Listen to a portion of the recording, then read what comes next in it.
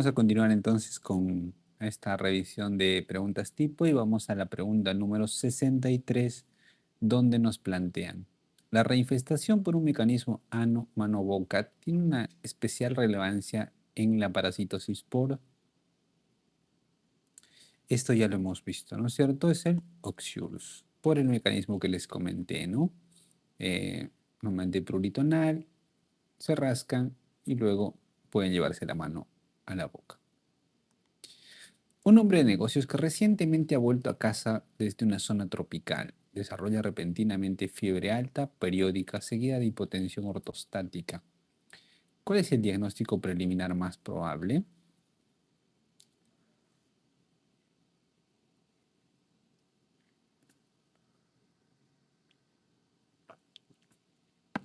Así es, no nos dicen exactamente el tiempo, ¿no? Dice solamente que es recientemente. Eh, pero de las alternativas que nos dan aquí, la única que podría corresponder es malaria, efectivamente, ¿no? Primero porque paciente febril que viene de zona tropical siempre tenemos que pensar en malaria. Segundo porque dice una fiebre alta periódica, o sea, entendemos que de repente puede haber hay alternancia de días que insiste sin fiebre, ¿no? Y la hipotensión ortostática puede presentarse en algunos casos, aunque no es muy característica, ¿no? El resto no podría presentarse de esa forma normalmente, ¿no? Sería muy raro. La enfermedad de Chagas puede dar formas agudas con miocarditis, pero no es lo más frecuente, rarísima esa forma de presentación. Un paciente presenta fiebre, hepatomegalia, esplenomegalia gigantesca y pancitopenia. Hay que descartar en primer lugar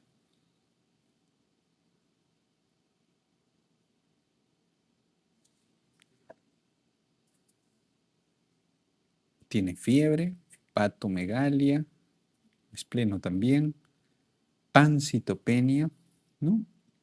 Esa triada fundamental que ¿a qué nos orientaría? Una leishmaniasis, pero visceral, recuerdo, es una forma de leishmaniasis visceral. No hay casos reportados de visceral en nuestro medio, ¿ya? Pero sí hay en Bolivia, en Argentina, en Brasil, hay un montón. Eh, Normalmente la triada característica es la que les presenta, ¿no? Fiebre, megalias, pancitopenia, y algunos le agregan a eso adenopatías y una gampatía policlonal, pero digamos eso es menos frecuente, pero esas características casi siempre, ¿no? Fiebre, pancitopenia y megalias, en una zona tropical hay que pensar en leishmaniasis visceral, pero la forma visceral. Leptospira, recuerden que en la forma grave, que es el Weil, ¿no? Puede presentar ictericia, puede presentar insuficiencia respiratoria, insuficiencia renal, ¿no? Eventualmente en ese contexto. ¿Puede haber hepatomegalia ahí? Sí, pero no es tan frecuente. Esplenomegalia, mucho menos frecuente, ¿no? En una leptospirosis grave, ¿no? Y pancitopenia tampoco puede presentarse. Sí puede haber cierto grado de hemólisis, ¿no? Aunque tampoco es eh, muy marcada, ¿no? Entonces, por ahí no sería leptospira, ¿no? Lo característico en la leptospirosis suele ser la ictericia, muy marcada, con una colestasis muy importante, ¿no?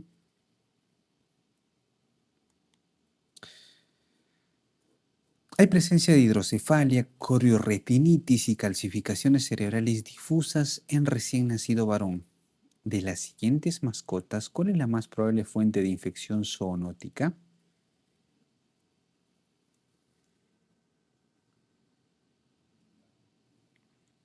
Así es. De las alternativas que nos dan aquí, definitivamente es el gato, ¿no? Porque recuerden que el gato es el único huésped definitivo para Toxoplasma. Es decir, permite la reproducción sexual de este parásito en su intestino. Por eso es que solo el gato lo puede tener. Pero epidemiológicamente recuerden que el principal expansor de la enfermedad son los suelos contaminados, ¿no? Lo que pasa es que el gato va a desarrollar la primoinfección normalmente cuando es pequeño, se infecta de toxoplasma, desarrolla el toxoplasma en su intestino, va a eliminar ooquistes durante algún tiempo en sus heces, pero estos ooquistes cuando salen al medio ambiente sobreviven mucho tiempo, incluso años pueden sobrevivir en tierra contaminada, ¿no? Eh, entonces, el principal expansor de la enfermedad en realidad es el suelo. ¿Por qué? Porque hay condiciones ambientales, obviamente, que permiten la subsistencia de estos zooquistes. Y ya no, y luego de esa de esa primoinfección para el gato, eh, él adquiere inmunidad para toxoplasma. Entonces, de manera que en una próxima vez que él entre en contacto con toxoplasma, su inmunidad lo va a controlar y la replicación se va a dar a muy bajo nivel o ya no se va a dar. Entonces, por eso que el gato es una vez se comporta como digamos, el huésped definitivo, ¿no? Salvo el gato tenga inmunosupresión, ¿no? Hay, hay inmunodeficiencias felinas, ¿no? En ese caso puede convertirse en un vector importante. Eh, pero fuera de eso, digamos, normalmente cuando son gatos pequeños. En el examen ginecológico de una paciente se halla un punteado rojizo en el cérvix, leucorrea espumosa, maloliente, sin prurito. ¿Cuál es el agente causal de esta enfermedad venérea? Ok, normalmente hacen mucho esta pregunta y lo relacionan con la descripción que se hacía de tricomonas en, digamos, esta descripción que le llaman cervix en fres, ¿no? Un punteado rojizo, eritematoso en el cervix, con unos punteados blanquecinos y leucorrea, ¿no? Em, ¿Qué se describe en tricomonas? Es cierto, ¿no? Porque lo que da es una cervicitis, la tricomona, pero luego estas secreciones obviamente caen a nivel vaginal y se manifiesta como un flujo vaginal, un síndrome de flujo vaginal, lo vemos, digamos, clínicamente, ¿no? Para nosotros se manifiesta como un síndrome de flujo vaginal, aunque lo que pasa, lo que provoca tricomona es en realidad una cervicitis, ¿no? Entonces, característicamente describen eso, aunque es difícil hacer esa especuloscopía porque, eh, digamos, la mujer viene con esas secreciones y colocarles el espéculo en ese contexto es muy complicado porque es doloroso. Así que se pueda ver en ese contexto esa característica de cervix en fresa que característicamente describen es complicado, ¿no? Normalmente no sé, digamos, lo enfoca como un síndrome de flujo vaginal y le damos un tratamiento sindrómico, ¿no? Abarcamos las posibilidades que incluyen una cervicitis por tricomona, garnerelas, otros tipos de vaginosis y cándida, ¿no? Que aunque no son ITS como tal, también se comportan como flujo vaginal, ¿no? Entonces, desde el punto de vista práctico, le damos tratamiento así porque es difícil hacer la distinción, ¿no? Aunque característicamente describen este cervix en fresa en tricomonas. Pero, como les decía, de manera práctica no se hace. Es bien difícil hacer esa especuloscopía en ese contexto. Varón, varón de 10 años de edad presenta fiebre, escalofríos y mialgias de 5 días de evolución. Recientemente regresó de vacaciones de 2 semanas en un bosque húmedo. Plenomegalia leve, ¿cuál es la causa más probable de los síntomas? Eh, Este es una babiosis, ¿no? Es un parásito que se describe más en el hemisferio norte, ¿no? Eh, Se parece un poco a malaria, ¿no? Causa también anemia, eh, puede dar causas graves, ¿no? De formas como similar a falciparum, aunque lo característico suele causar anemia, ¿no? No se han descrito casos de babiosis en Sudamérica. En este contexto, mm, ya, es posible, La esplenomegalia normalmente no suele verse en leptospirosis. eh, y normalmente epidemiológicamente, digamos, leptospirosis lo pueden adquirir en casi cualquier sitio, aunque suele haber más relación con pantanos, inundaciones o trabajar en zonas donde hay acequias, ¿no? Normalmente ese contexto epidemiológico suelen darle en leptospira, ¿no? Ahora, la presentación inicial, claro, es inespecífica, podría ser también, ¿no? Fiebres, calosfríos, mialgias. Pero ponen esto de regresión de vacaciones de bosque húmedo. Probablemente eso lo han hecho en Estados Unidos, porque en ese contexto suele verse la babebiosis. Y la esplenomegalia, que aunque ponen leve, no es frecuente en leptospira. En un neonato se sospecha infección congénita por toxoplasmosis. El test de mayor rentabilidad diagnóstica.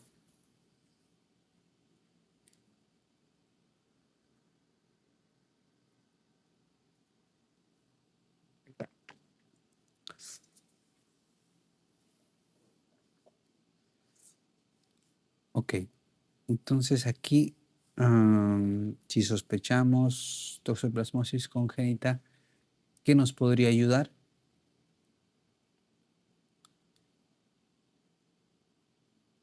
Una ecografía cerebral, ¿no es cierto? Y fondo de ojo. Normalmente se le hace ecografía a través de las fontanelas, ¿no?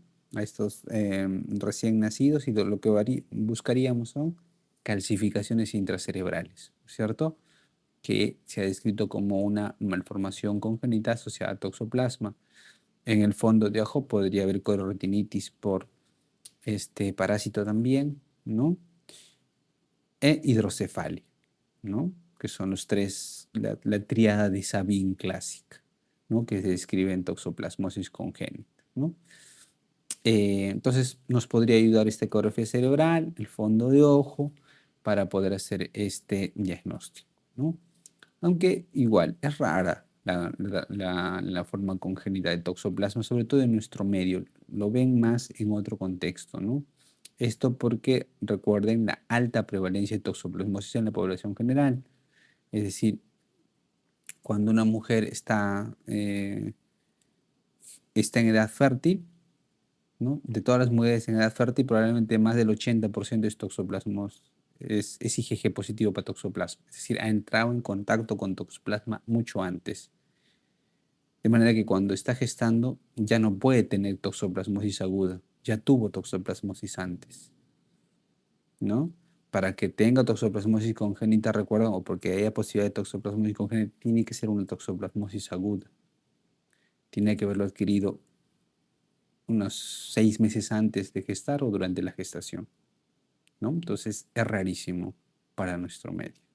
En otros contextos donde la prevalencia de toxoplasma es menor, ahí sí, una mujer en edad fértil o durante la gestación podría adquirir toxoplasma de manera reciente.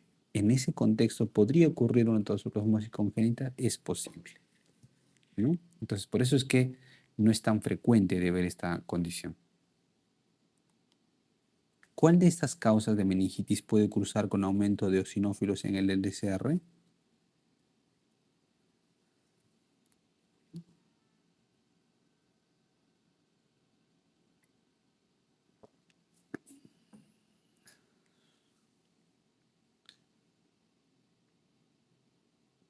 Ya, de las alternativas que dan aquí sería cisticercosis.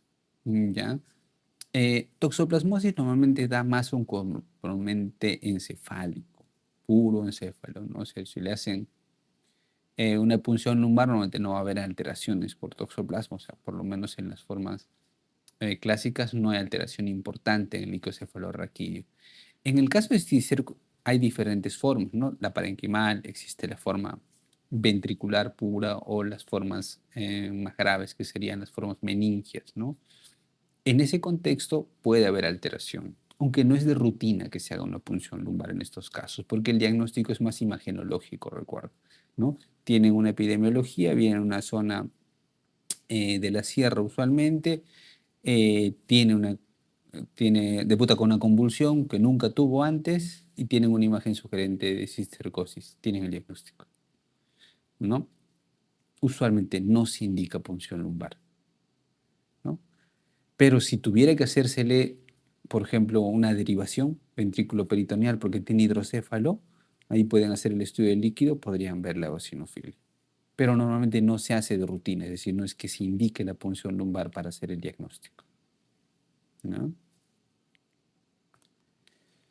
¿Cuál de estos es más comúnmente vista en niños con infección por Giardia lamblia?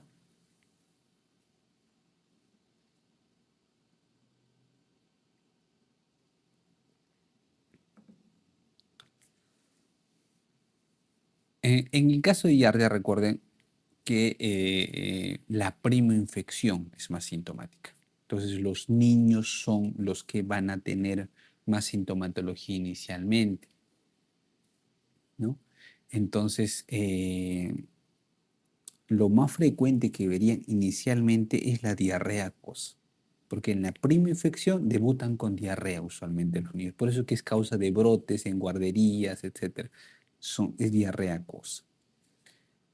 A largo plazo puede causar retraso del crecimiento por mala absorción, es posible, pero eso sucedería en mucho tiempo, una forma crónica, ¿no? Pero lo más frecuente es diarrea acosa, ¿no?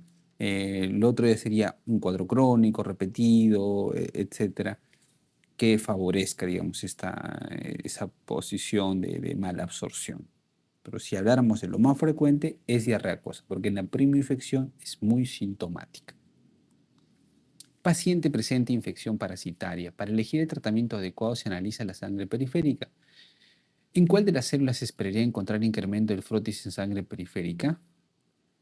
Bueno, es una pregunta un tanto retórica, ¿no? Imagino que lo que quieren decir es qué cosa encontrarían o qué les haría sospechar en una parasitosis. Y aquí es eosinófilos, ¿no es cierto? Porque recuerden que los eosinófilos normalmente se incrementan ante reacciones alérgicas y lo que provocan los parásitos es una reacción inmunoalérgica, ¿no? Por eso hay incremento de eosinófilos. Y recuerden siempre, mientras más tejidos atraviesen, más eosinofilia hay. Por eso está fasciola en la cabeza, el que causa más eosinofilia, luego están las larvas migrantes, luego las que hacen ciclo de luz.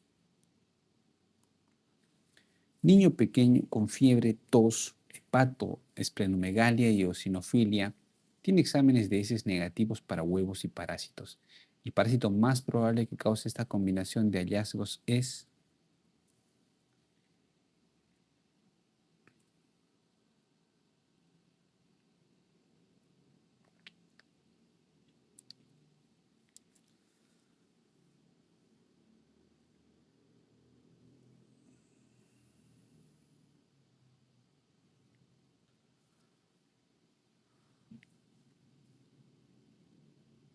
A ver, dice fiebre, tos, hepato, esplenomegalia, eosinofilia. El examen de heces negativo para huesos y parásitos. ¿Qué parásito es más probable que cause esta combinación de hallazgos?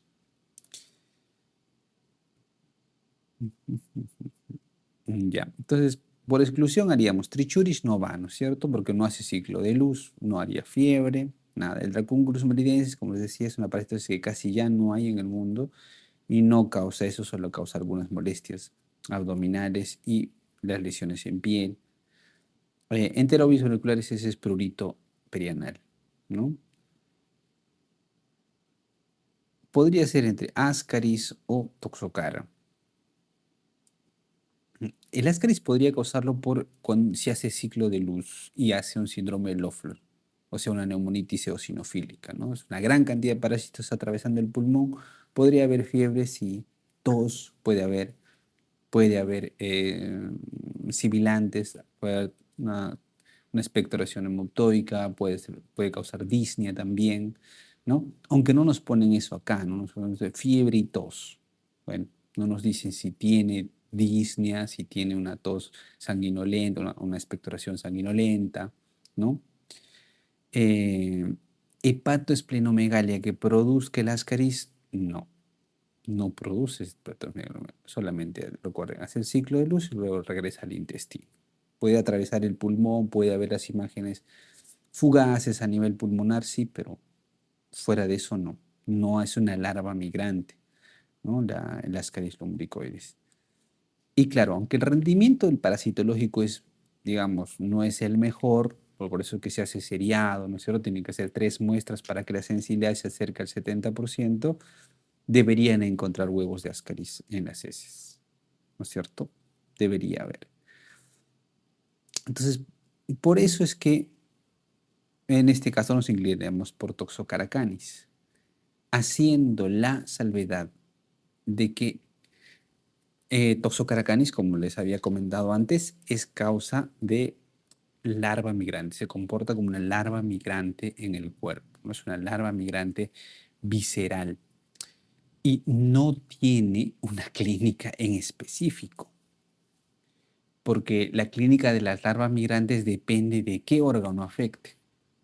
Entonces, si pasan por el hígado, puede haber hepatomegalia, puede haber aumento de transaminasas, tienen fiebre, pero es una fiebre episódica, no es una fiebre característica. Si pasa por el pulmón, pueden provocar tos, pero es una tos seca, algo irritativa, nada llamativo y fiebre eventual. De hecho, el diagnóstico de larva migrante es un reto enorme. No hay clínica completamente sugerente de esto, ¿no? Digamos que si quisiéramos enfocar de forma práctica una larva migrante, lo tiene que pensar en un paciente que viene de la selva usualmente, que tiene fiebre episódica, ¿no? No es una fiebre alta, es una fiebre episódica. Dice, tengo fiebre sí una vez a la semana, 2 veces por semana, pero no tiene deterioro clínico. Y lo único que le van a encontrar es eosinofilia. Y le van a buscar parásitos, y es negativo, negativo, negativo, negativo, negativo, ¿no? Ese podría ser el contexto de una alarma migrante, ¿no? Cuando, digamos, no hay un órgano afectado específico. Si tienen la suerte de encontrar un órgano específico, van a encontrarlo alterado por ecografía, hay transaminasemia si está por el hígado, el pulmón puede haber tos irritativa, etcétera. Y si tiene mala suerte, está en el ojo, ¿no? Y causa una afectación retiniana por toxocara, que es más frecuente en niños, lamentablemente, ¿no? Entonces, el diagnóstico de una larva migrante es un reto, es muy difícil de hacer, ¿ya? Porque así tengas la sospecha clínica, ¿dónde está? Es difícil, ¿no? Entonces, a veces, por descarte, se hacen todas las pruebas y a veces hay que darle un tratamiento empírico, nada más, ¿no? Porque a veces es infructuoso buscarlo, ¿no? Le puedes hacer tomografía, resonancias, ahora PET scan se puede hacer incluso, pero es más difícil de poder hacerlo de manera rutinaria, digamos, ¿no? Es un reto, ¿no? En este caso, la pregunta, digamos que por deducción llegaríamos a esas dos alternativas y digamos, eh, por descarte de que no es Ascaris, podríamos hablar de Toxocara canis, sin que esto sea signos característicos de una larva migrante. ¿Puede presentar esto una larva migrante? Sí, pero para nada una clínica así característica. Una de las alteraciones analíticas son características de una leishmaniasis florida.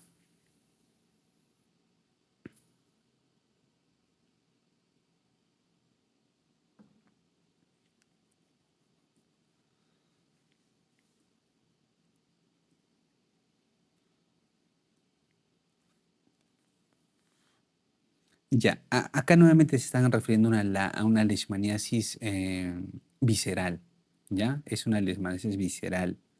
Entonces, volvemos a lo que habíamos dicho, ¿no? La tríada característica, fiebre, pancitopenia, megalias, ¿no es cierto?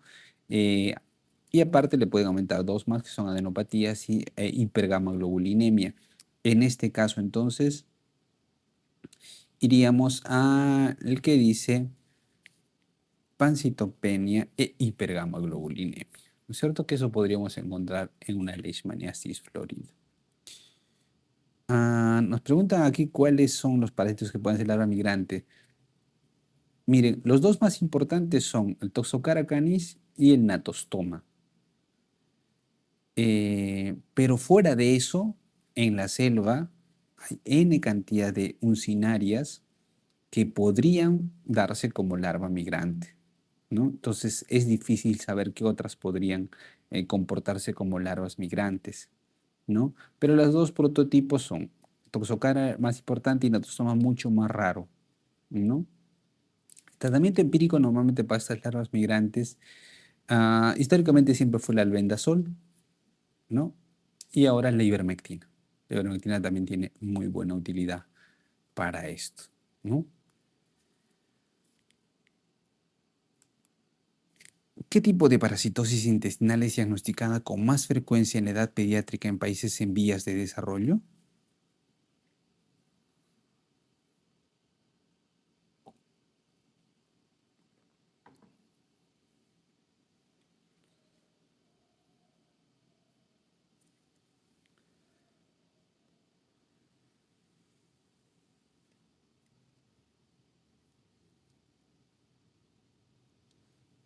Ok. Ah, ah, ah, ah, ah, ah, ah, ah.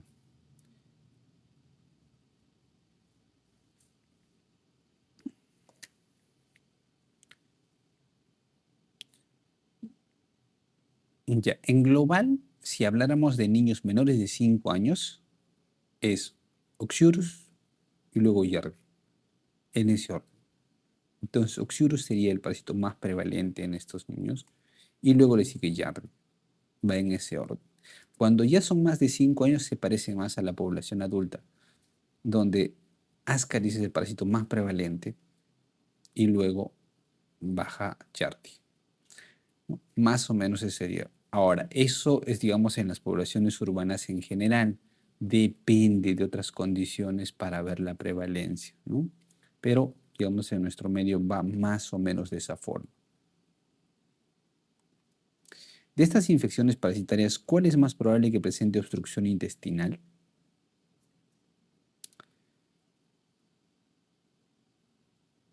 Es el Ascaris, ¿no es cierto? Recuerden que igual, para que haya obstrucción intestinal por Ascaris, ¿qué tiene que haber? Una gran cantidad de gusanos. Lo suficientes como para que puedan hacer un ovillo y eso pueda causar una obstrucción intestinal. Porque si son una pequeña cantidad de gusanos, nunca va a ocurrir eso. Tiene que haber una cantidad importante de gusanos que puedan ovillarse y causar obstrucción intestinal. Del resto de alternativas que están ahí, cuidado con el estrongiloides. El estrongiloides es un parásito más pequeño, de hecho, pero puede causar cuadros de suboclusión intestinal. No una obstrucción completa como el ascaris, pero sí una suboclusión intestinal, pero por un mecanismo diferente, ¿no? El ascaris hace un ovillo en la luz intestinal. El estrongiloides empuja la submucosa, ¿no? Y podría eso obstruir eventualmente la luz intestinal o por lo menos reducirla importantemente, causando cuadros suboclusivos, ¿no? Esto es porque recuerden que la hembra del estrongiloides coloca los huevos en la pared del intestino. Entonces, en los cuadros repetitivos que suele darse en pacientes inmunocomprometidos, estos estrongiloides da vueltas, ¿no? Sale del intestino, hace ciclo de luz y otra vez sale y vuelve y así está, ¿no? Entonces, en ese contexto, varias veces coloca huevos en la pared y eso va protruyendo la mucosa hacia el lumen. Cuando eso se da repetidamente, puede haber cuadros suboclusivos por estrongiloides. Pero digamos que es un mecanismo diferente y es menos frecuente porque usualmente se ven pacientes con alguna inmunosupresión. Hace 2 semanas un niño de 5 años de edad tiene diarrea que persiste al presente a pesar de la dietoterapia. Heces líquidas, pálidas y espumosas. No tiene fiebre. La microscopía de heces mostraría.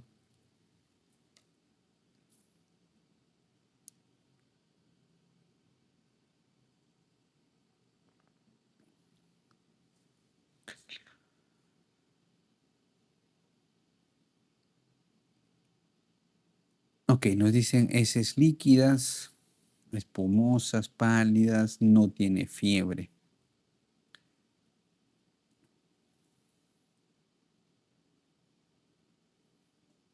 Ok, yendo a las alternativas nomás, eh, serían las tres primeras, ¿no? Porque Toxoplasma y Cándida no pueden dar ese tipo de presentación, así que solo nos quedaría marcar Trichuris, Entamoeba y Giardia. Sabiendo que Giardia tranquilamente puede dar este cuadro, Entamoeba histolítica y Trichuris inicialmente sí, porque pueden dar una diarrea acuosa inicialmente, aunque más característicamente dan diarreas disentéricas, ¿no? Pero recuerden, en la evolución, o sea, una, la primera infección por entamoeba histolítica puede presentarse con diarrea acuosa. Es lo más frecuente. Dentro de lo infrecuente es que presente síntomas, es diarrea acuosa. Pero característicamente en el tiempo va a presentar diarrea disentérica, ¿no? Igual con el trichuris, ¿no? Normalmente es asintomático, pero cuando presenta puede presentar diarrea.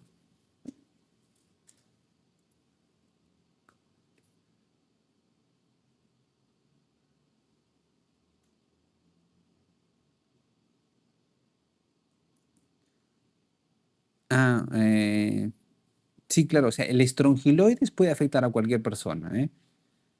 Estrongiloides puede afectar a cualquier persona. El detalle es que en los inmunocomprometidos el cuadro puede hacerse, em, establece autoinfección, ¿no? Recuerden, normalmente lo que pasa en el estrongiloides es que la larva rhabditoide sale en las heces, cae al suelo y se convierte en larva filariforme. Y como larva filariforme, busca un hospedero, se mete por la piel de los pies, de las extremidades inferiores, hace un trayecto cutáneo, se mete al torrente sanguíneo, hace un ciclo de luz, cae al intestino y otra vez se desarrolla. Y eso en contexto de la selva puede ocurrir varias veces, ¿no? Puede afectar a cualquier persona, por lo tanto, el estrongiloides. Pero ¿qué ocurre en los inmunocomprometidos? Como les decía, la larva rhabditoide en el propio colon madura a ser filariforme. O sea, sin necesidad de salir al suelo, se convierte en filariforme. Cuando se convierte en filariforme, sale del colon mismo. Atraviesa el colon, pasa al torrente sanguíneo, hace un nuevo ciclo de luz y cae al intestino. Y entonces se establece esa capacidad de autoinfección. Por eso es que en los pacientes inmunocomprometidos el cuadro puede ser mucho más grave. Y esto es particularmente importante en los pacientes que portan el virus de HTLV1, ¿no? Entonces, si ustedes encuentran un paciente con estrongiloides, pídanle HTLV1. Y al revés, si tienen un paciente con HTLV1, pídanle estrongiloides, ¿ya? Porque, digamos, puede haber esa relación. El tratamiento para estrongiloides es la ivermectina, ¿no? Es el tratamiento de elección.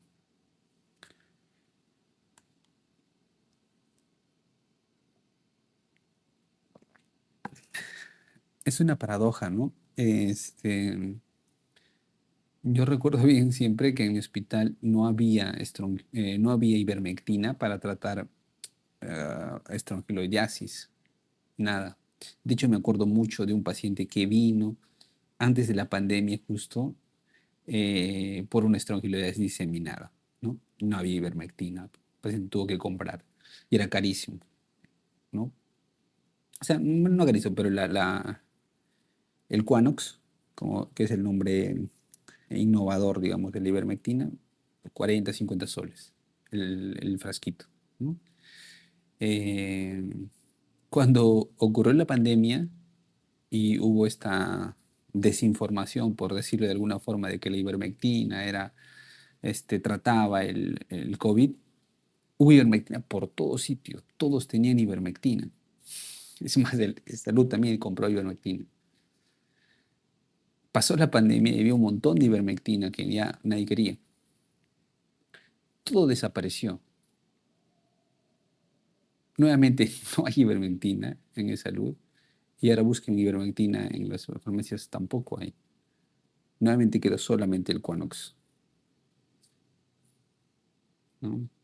Yo creía que aunque sea algo bueno íbamos a sacar de la pandemia, que por lo menos hay ivermectina, ¿no? Para poder tratar, porque era baratísimo. En la pandemia el frasquito costaba 5 soles, creo. Pero lamentablemente nada. No hay ivermectina. ya nadie produce ivermectina, queda solamente el Quanox que siempre se producía, ¿no? Eso ocurrió con la ivermectina. Muy bien, 78. Es un elemento que se adquiere por fecalismo. Entonces recuerden siempre, cuando dice fecalismo, eso hace referencia a contaminación de agua o alimentos con heces humanas. Siempre tengan en cuenta eso. Fecalismo hace referencia a eso. ¿Ya? Contaminación de agua o alimentos con heces humanas. Entonces, tiene que ser alguien que porte el ser humano, un parásito que esté adaptado al ser humano y que por lo tanto puede excretarlo en sus heces. Así es, el cisticerco eteniasodio, ¿no? Esa es la forma como se adquiere este parásito por fecalismo.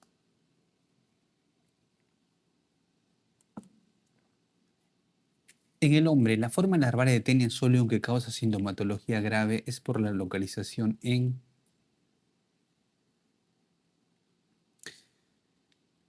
la larva de Taenia solium es el cisticerco, ¿cierto? Entonces, ¿dónde nos da problemas?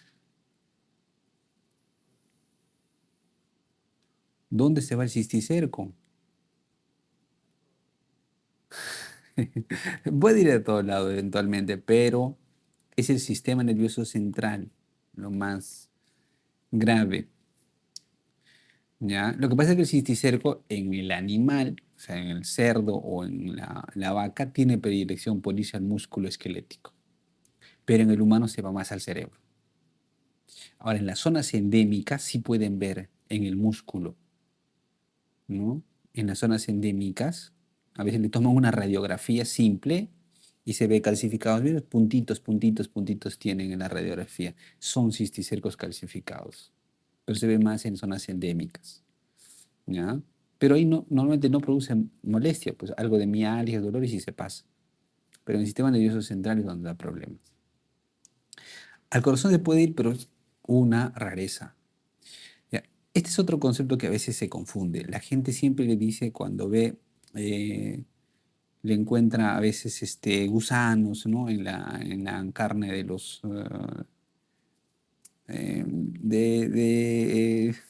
del cerdo o la vaca, etcétera, confunde triquina con cisticerco. ¿No? La triquina sí se puede ir al corazón y esa sí puede ser grave, aunque es igual, una rareza, ¿no? Una rareza. Y piensan siempre que es triquina en la cisticercosis, lo confunden mucho, pero em, triquinosis no se describe en nuestro país hace muchísimo tiempo. No hay casos reportados de triquinosis hace muchísimo tiempo y en los censos que han hecho en los mercados para buscar trichinela ya no hay prácticamente.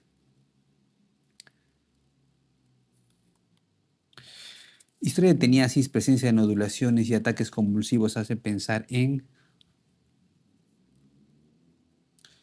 Claro, entendemos que estas nodulaciones deben ser a nivel del sistema nervioso central, ¿no es cierto? En ese caso sería cisticercosis, ¿no? Localización más habitual de la cisticercosis humana, ya lo dijimos entonces, sistema nervioso central. ¿Cuál es la característica epidemiológica de Taenia solium?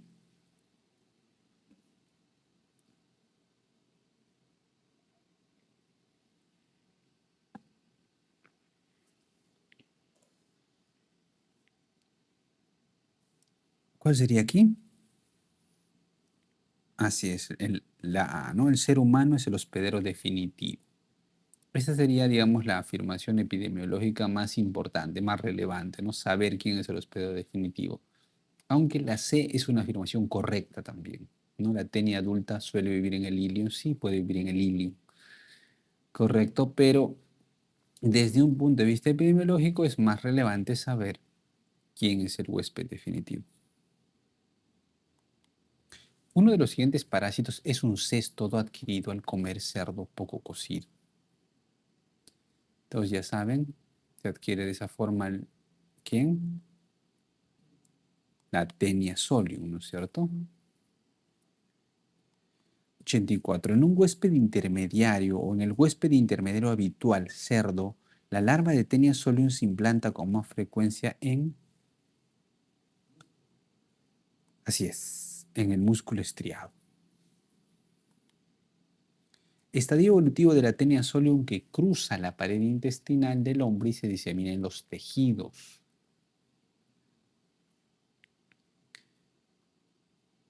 Es el embrión hexacanto, se llama. ¿Ya? Recuerden, los huevecillos cuando entran son muy duros. Se rompe gracias a la acidez del estómago. El estómago rompe el huevecillo y libera el embrión hexacanto. El embrión es el que va a salir al torrente sanguíneo hasta llegar a su sitio blanco, que no es el sistema nervioso central. Cuando llega al sistema nervioso central se convierte en cisticerco, ¿no? Pero el que hace ese viaje es el embrión hexacanto. Oncósfera también se llama. Oncósfera, sí. Oncósfera o embrión hexacanto, ¿no? Entonces, ese se convierte en cisticerco. ¿Qué es la proglótide? ¿Se acuerdan? La proglótide es la unidad funcional del gusano, ¿no? Recuerden, los platelmintos, las tenias en este caso, son escólex, que es su cabeza, luego tiene un cuello y a partir del cuello se desarrolla la proglótide. La proglótide es la unidad funcional. Recuerden, este gusano no tiene tubo digestivo, imbibe sus alimentos directamente, lo hace a través de sus proglótides. Sus proglótides funcionan como hermafroditas, se aparean una con la siguiente y la más distal es la grávida. Esa se desprende normalmente con los huevecillos y sale en las heces. Entonces por eso va creciendo así lentamente y puede alcanzar tamaños enormes. Porque si nadie lo detiene, sigue creciendo en el tiempo, ¿no? Esa es la proglótide, la unidad funcional de estos gusanos, de las tenias, de los platelmintos o cestos, ¿no? El escólex es la cabeza de este gusano, ¿no? Y estróbila se llama al conjunto de proglótides. Esa cadena de proglótides es la estróbila. Es el cuerpo, ¿no? En buena cuenta es el cuerpo del gusano, ¿no? Todo esto, recuerden, en los cestos, en los platelmintos acintados, ¿no? Donde está tenia solium, saginata, etc. Las formas adultas de tenia saginata se ubican habitualmente en yeyuno ilion, igual que cualquier otras tenias normalmente, ¿no? Uno de los siguientes parásitos es un cesto adquirido al comer carne de vacuno poco cocida.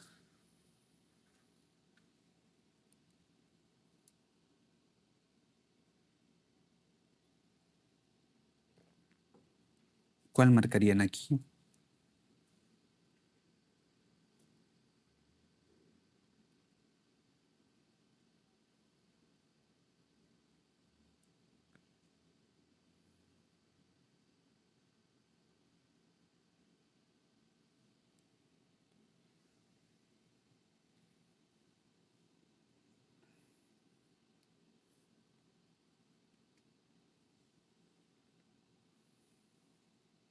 A ver, ¿cuál marcarían ahí?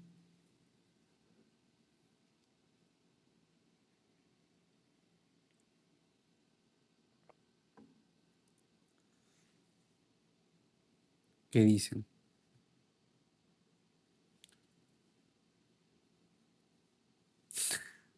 Acá dicen, claro, doctor, pero está fácil.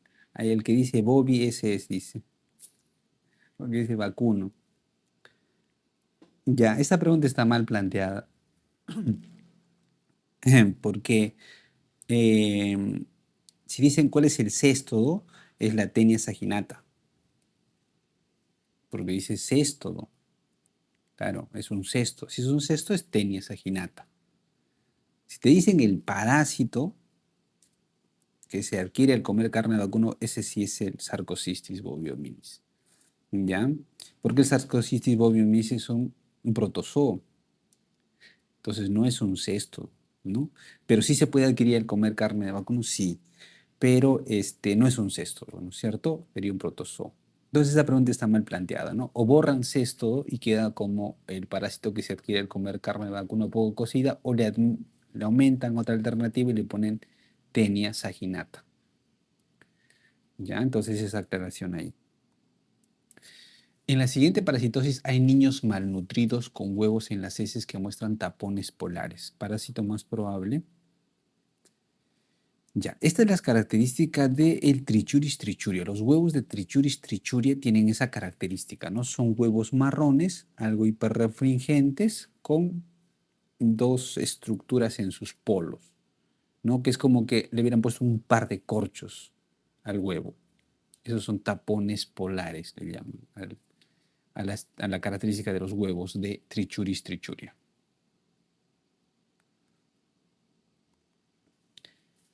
89. Una de las siguientes parasitosis causa anemia y diarrea con más frecuencia.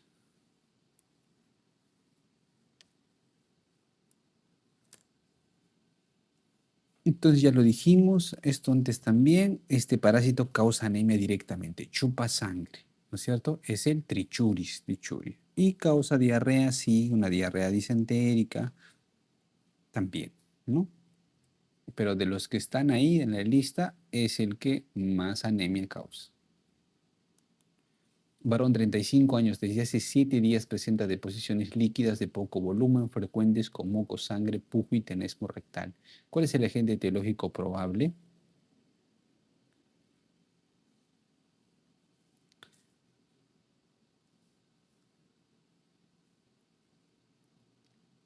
Están describiendo una diarrea disentérica, ¿no es cierto? Poco volumen, moco, sangre, pujo y tenesmo. Esa es una diarrea disentérica. Así es, entamoeba. Por frecuencia va a entamoeba. A ver, de las diarreas disentéricas en general, las bacterias son la principal causa. Shigella va a la cabeza. Algunas formas enteroinvasivas después. Luego de eso están los parásitos. Y de los parásitos a la cabeza entamoeba histolítica. ¿Ya? Más abajo, Trichuris. Más abajo, Balantidium coli. ¿Ya? Entonces, por frecuencia, entre los parásitos es entamoeba histolítica la causa más frecuencia de diarrea disentérica. Por parásitos, ¿ah? Por parásitos.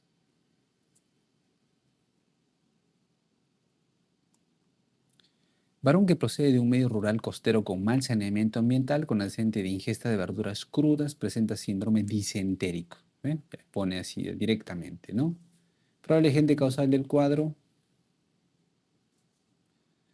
Entonces igual, aquí sí, por ejemplo, hay para la disyuntiva, ¿no? En Tamoeba hay trichuris. Si tienen que elegir entre los dos, es entamoeba histolítica. ¿Por qué? Porque trichuris es menos frecuente que entamoeba histolítica. ¿Ya? Y trichuris es un problema más importante en niños, ¿no?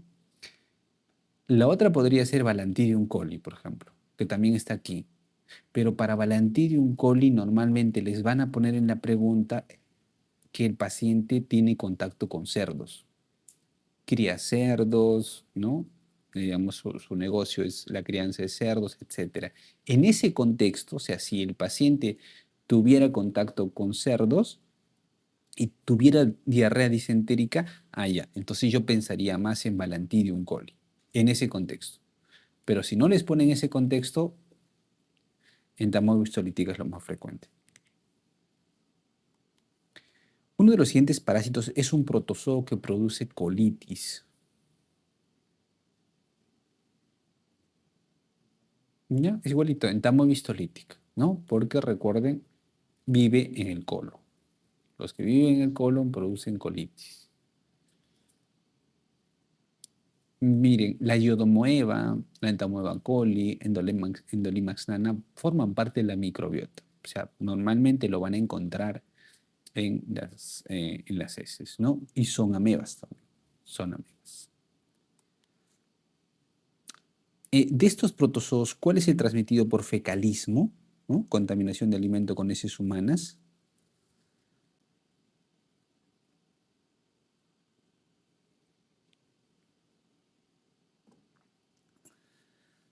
Es también, así es, entamoeba histolítica también, ¿no? Porque ingresa por fecalismo, porque recuerden, la entamoeba histolítica está adaptada al humano. Es un parásito adaptado al humano, ¿no? Es decir, solo el hombre porta entamoeba histolítica. Las úlceras en botón de camisa, gran destrucción profunda con pequeña úlcera superficial, son causadas por...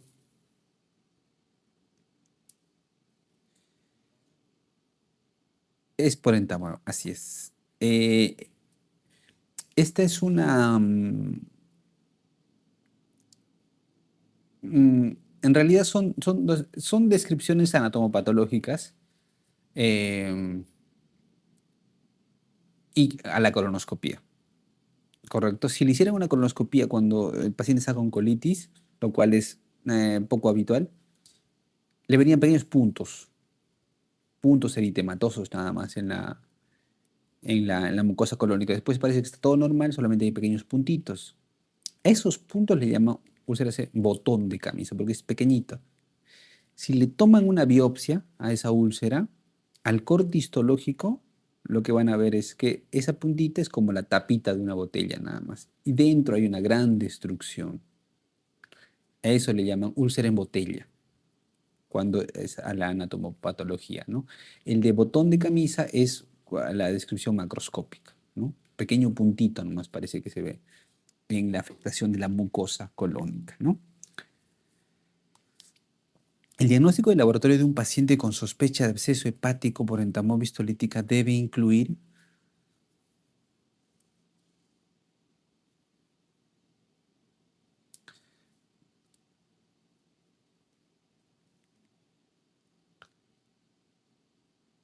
ok, si sospechamos entamoeba ¿dónde lo buscamos primero? En heces, así es. Lo primero tenemos que buscar es en heces. ¿Por qué? Porque va a pasar siempre por el intestino, porque vamos a encontrar quistes o vamos a buscar estos quistes de entamoeba en heces. Es lo más frecuente. Si siguiera su curso natural y se va al hígado, ¿no? Donde provoca el absceso hepático amebiano, eh, en ese transcurrir ya entra en contacto con el sistema inmunológico y puede generar anticuerpos. En ese contexto te sirve una prueba inmunológica como la hemoaglutinación indirecta, por ejemplo, aunque también ya hay ELISAs para eso, ¿no? Entonces, usualmente pedimos ambas cosas, aunque claro, es cuando tenemos un absceso hepático, por ejemplo, y queremos descartar que no sea por entamoeba.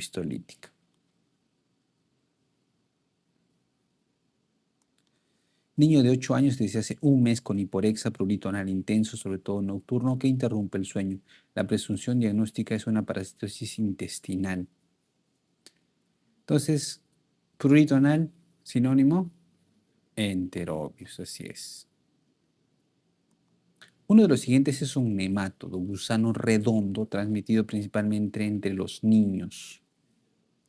Enterobius es lo más frecuente, ¿no es cierto? Niño de 12 años de un valle de Arequipa presenta edema periorbital unilateral, adenopatía preauricular, hiperemia de conjuntiva y dacriocistitis. Diagnóstico más probable es una enfermedad de Chagas, aguda o crónica.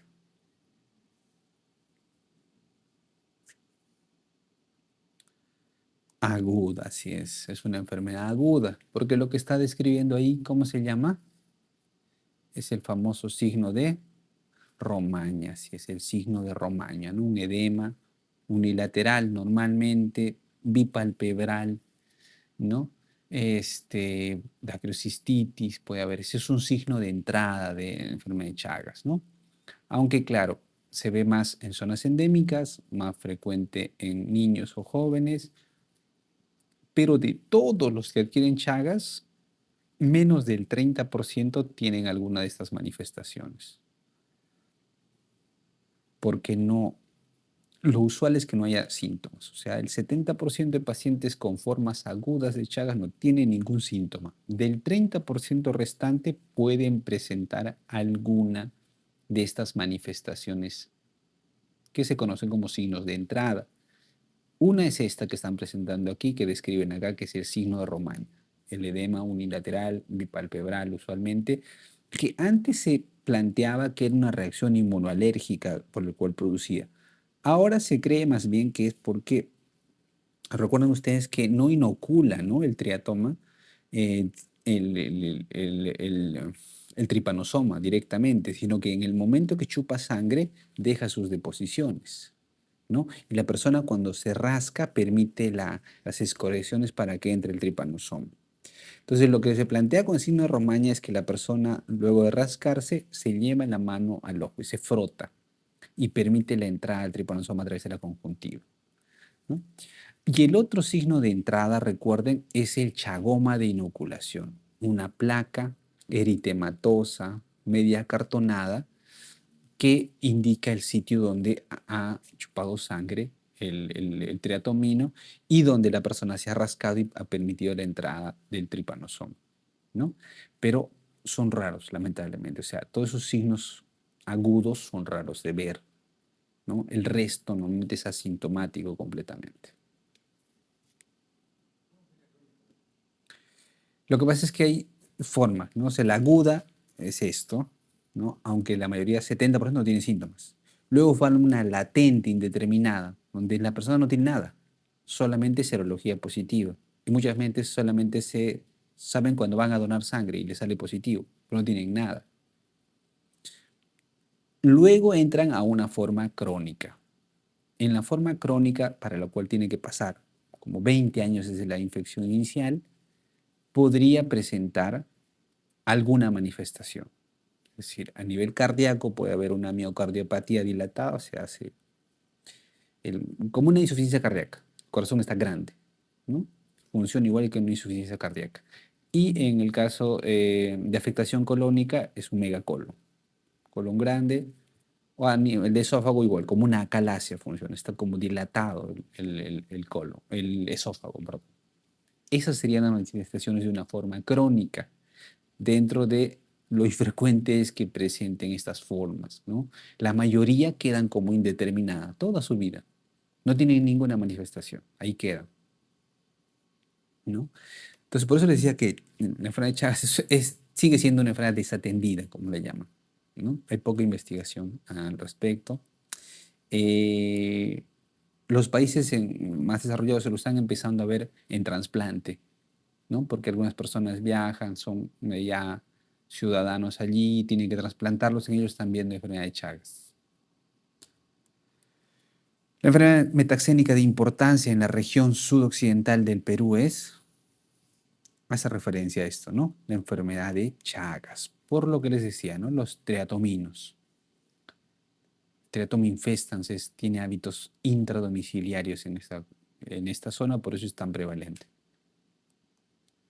Paciente de la selva con disnea, expectoración hemoptoica. En la radiografía de tórax, imágenes infiltrativas fugaces en el hemograma eosinófilos 8%. Al examen de heces, huevos redondeados con capa externa mamelonada. ¿Cuál es el parásito probable? Aquí sí ponen disnea, ¿no? Disnea y expectoración hemoptoica, que, digamos, podría ser más característico de una neumonitis eosinofílica, ¿no? Un síndrome de Lofre. Las imágenes infiltrativas fugaces también la colocan, la eosinofilia también. Entonces, con eso tienen una neumonitis eosinofílica. Entonces, ¿cuáles hacen síndrome de luz ahí? ¿O el ciclo de luz? Ascaris, ¿no es cierto? Anchilosoma duodenale también, Necator también, Strongyloides también. El único que eliminan es Trichuris.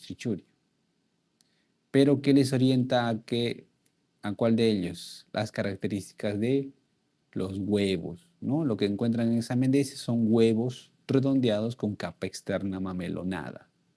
O sea, son como huevos normales, medio cafés, y es como si tuvieran chichones, muchos chichones. Eso es Ascaris.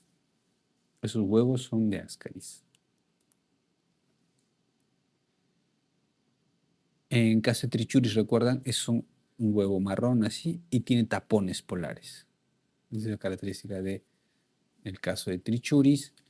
En el caso de Necator, angilostomas son huevos redondeados nada más, no tienen ninguna característica. Y Strongyloides no van a encontrar huevos, porque los huevos están en la pared, solo van a encontrar larvas.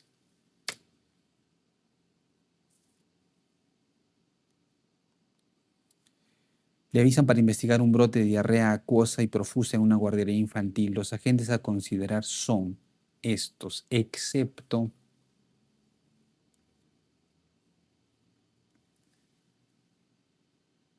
Rotavirus de cabeza, ¿no es cierto? Sigue siendo la principal causa de diarrea, a pesar de que hay vacunas, sigue siendo, así que siempre se debe investigar. Cryptosporidium investigarían. Es cierto que no es un patógeno relevante normalmente en ese contexto, pero sí es causa de diarrea aguda, acuosa. Lo que pasa es que obviamente tiene relevancia en pacientes inmunocomprometidos, como los HIV, por ejemplo, ¿no? Donde es causa de diarrea subaguda crónica. En el resto de pacientes, criptosporidium uno puede adquirir. Uno se va a una piscina, se toma un poco de agua, tiene criptosporidium. Pero va a tener diarrea una vez, un día, 2 días, y pasó, ¿no? En el contexto de los niños, ¿puede ser causa de un brote por criptosporidium? Sí. Entonces sí, sí se puede investigar. Giardia en primoinfección, sí. La que no causaría un brote sería Ascaris, porque es menos prevalente en niños y no causa diarrea característicamente.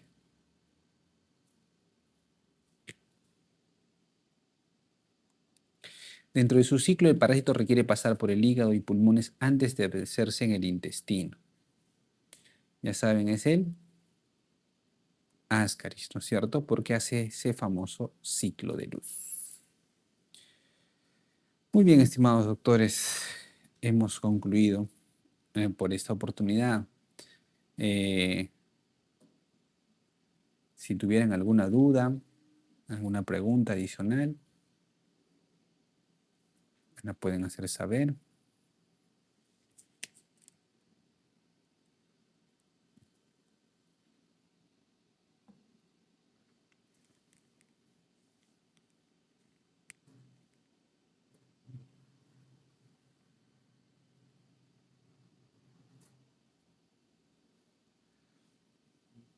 Si no hay nada más, entonces muy buenas noches con todos. Muy agradecidos por vuestra atención. Ah, perdón, hay algunas preguntas acá. Eh, ¿Qué tratamiento cubre gran cantidad de parásitos? Bueno, lo vamos a revisar más a fondo en la clase de farmacoparásitos.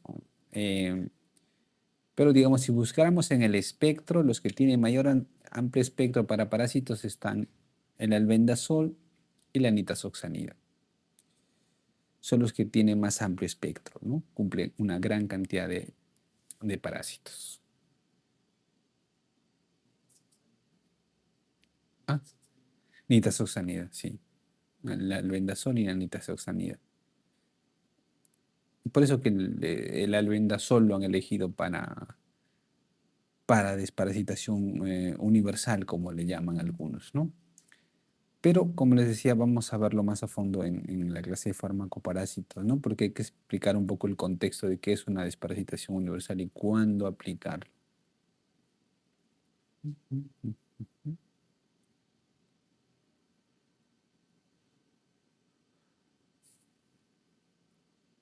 Muy bien. Buenas noches, entonces. Gracias.